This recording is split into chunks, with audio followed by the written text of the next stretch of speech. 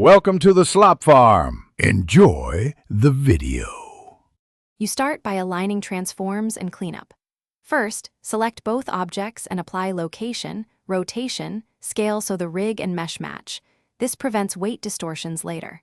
Once done, inspect the mesh for non-manifold faces and fix normals because bad topology breaks deformations. Make sure vertex groups are named logically to match bone names where possible. This saves time during automatic weight transfer. Finally, save a copy. You will revert if skinning goes wrong.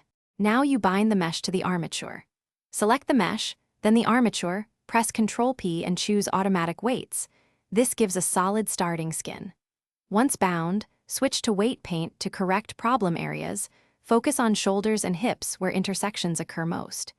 Use normalize all to ensure vertex weights sum to 1, and limit total set to 4 to avoid too many bone influences per vertex. These steps reduce jitter and improve real-time performance when posing. Finish by thoroughly testing. Pose the rig into extremes and scrub through animations. You need to see how the mesh stretches and where corrective shape keys might be required. If areas misbehave, use weight transfer from a corrected mesh or enable bone envelopes for quick coverage, and remember to mirror weights for symmetry.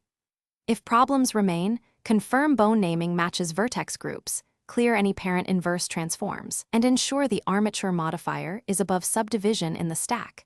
Then reevaluate. Thanks for watching. Consider subscribing if we helped you today.